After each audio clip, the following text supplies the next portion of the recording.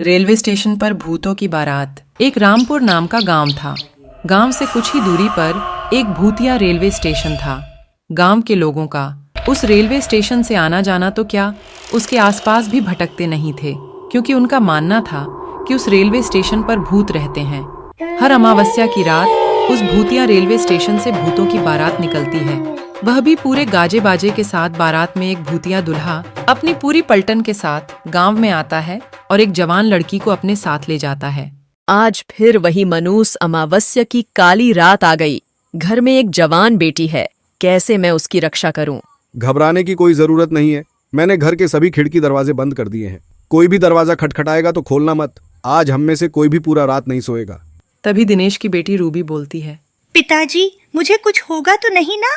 मुझे उन भूतिया बारातियों के साथ नहीं जाना। मेरी बच्ची, तेरे माता पिता के होते हुए तुझे किसी से डरने की जरूरत नहीं है। पूरा गांव दहशत से अपने अपने घर में छिपकर बैठ जाता है। तभी इस भूतिया बारात की ही थी, जो रेलवे स्टेशन से निकलकर गांव की तरफ आ रही थी। गांव वालों, दिखाई और सुनाई नहीं देता क्या? तुम लोग को तो देखो, बारात आई है। हमारा स्वागत नहीं करोगे? मेरी दुल्हन कहाँ है? कहीं दिखाई नहीं दे रही मुझे। अब भूतिया बारात गांव में आ चुकी थी। सुनीता अपनी फूल जैसी बेटी को एक कोने में छुपाकर बैठी हुई थी। तभी भूत आगे की तरफ बढ़ता है और जोर जोर से हंसने लगता है।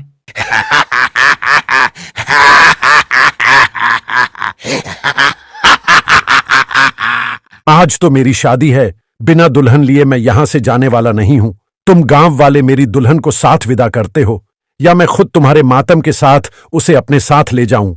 गांव में पूरा सन्नाटा था, मानो गांव में कोई इंसान ही नहीं रहता हो। तभी वह भूतिया दूल्हा दिनेश के घर में दरवाजा तोड़कर घुस जाता है। तुम्हारा दामाद आया है, स्वागत नहीं करोगे अपने दामाद का? मेरी बेटी को छोड़ दो, वो अभी बच्ची है, उसकी अभी शादी की उम्र रही है। बेशक तुम मेरी जान ले लो। मुझसे झूठ बोलता है बुढ़े। कल तू ही तो अपनी बेटी के लिए दूसरे गांव में रिश्ता देखने गया था। मुझे सब पता है, सब पता है मुझे। मेरी बेटी को हाथ लगाने की कोशिश भी मत करना। मैं उसकी माँ हूँ। मैं अपने जीते जी अपनी बेटी की शादी एक भूत से नहीं होने दूंगी। फिर क्या था, उस भूतिया दूल्हे को बहुत गुस्सा आता है और वह रूबी के माता पिता को वहीं जान से मार देता है। रूबी अपने कमरे में जैसे तैसे छुपकर बैठी थी। छोड़ो मुझे अपने माता पिता के पास जाने दे। पर वो भूत उसकी एक नहीं सुनता। वो रूबी को अपने साथ।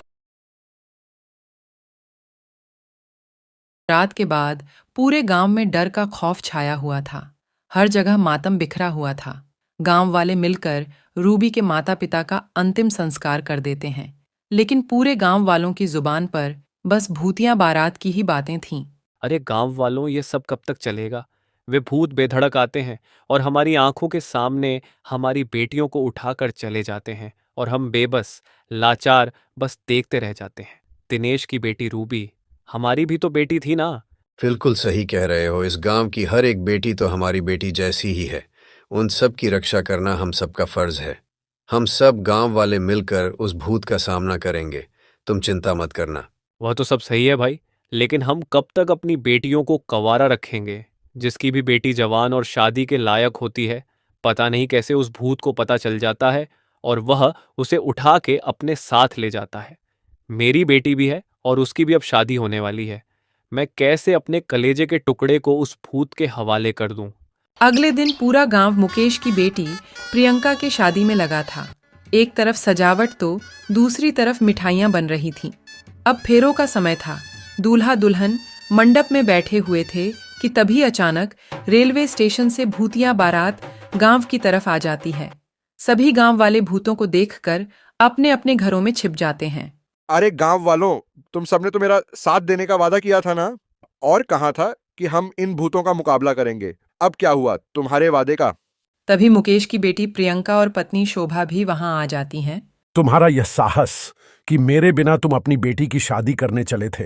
जैसे ही भूत प्रियंका के माता पिता को मारने वाला होता है कि तभी प्रियंका उसी भूतिया दूल्हे के सामने आ जाती है और कहती है, आप मेरे माँ बापूजी को मत मारिए। अच्छा, छोड़ दूं इसे? मैं बस एक ही शर्त पर छोड़ूंगा, अगर तुम मेरे से शादी करोगी। नहीं नहीं मेरी बच्ची, शादी के लिए तू हाँ मत करियो। तेरी शादी से अच्छा है कि यह भूत हमारी जान ले ले।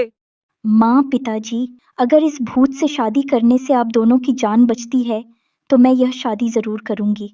यह कहते ही भूतिया दुल्हा अपने बैंड बाजी के साथ प्रियंका को अपने साथ भूतिया रेलवे स्टेशन की ओर ले जाने लगता है। रुक जा मेरी बेटी, तू ऐसा मत कर। किसी गांव वाले की हिम्मत नहीं होती कि उस भूतिया बारात का सामना कर सके, क्योंकि उस बारात में एक से बढ़कर एक खूंखार भूत और चुड़ैल मौजूद थे। वहीं प्रकाश नाम का व्यक्ति अभी हाल ही में गांव में आया था और यह सब देखकर वह कहता है, ये ठीक नहीं किया हम सब ने। मेरी भी एक बहन है और उसकी भी उम्र शादी के लायक हो गई है। क्या उस प्रियंका की जगह मेरी बहन होती तब भी ऐसा ही करते हम लोग। गांव की बेटियों को हम यूं ही उन भूतिया बारातियों के हवाले करते आ रहे हैं। कल को मेरी सरिता का नंबर ना हो। भैया भाभी, मुझे बहुत डर लग रहा है। आए दिन इन भूतों का खौफ बढ़ता ही जा रहा है। दुल्हन का वह सुहाग का जोड़ा उनके मौत के जोड़े में तब्दील होता जा रहा है। बहन तू चिंता मत कर, मैं इसका समाधान जरूर निकालूंगा और तेरे साथ साथ इन गांव वालों को भी इन भूतिया बारातियों से मुक्त कराऊंगा। इसके बाद प्रकाश जंगल में एक तपस्वी तांत्रिक के पास जाते हैं और उनके पास पहुंचकर अपने गांव का हाल बताता है।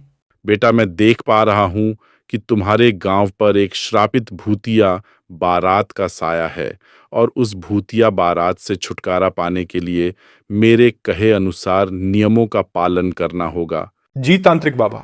इसके बाद वो तांत्रिक प्रकाश को समाधान और नियम बताते हुए एक गंगा जल की बोतल देते हैं और कहते हैं, जा बच्चा, तेरे और तेरे गांव वालों का कल्याण हो। जिसके बाद प्रकाश गंगा जल लेकर गांव आ जाता है और सभी गांव वाले से कहता है, सुनिए गांव वालों, इस भूतिया बारात से छुटकारा पाने का एक उपाय मुझे मिल चुका है, लेकिन इस काम को पूरा करने के लिए मुझे आप सबका साथ चाहिए होगा।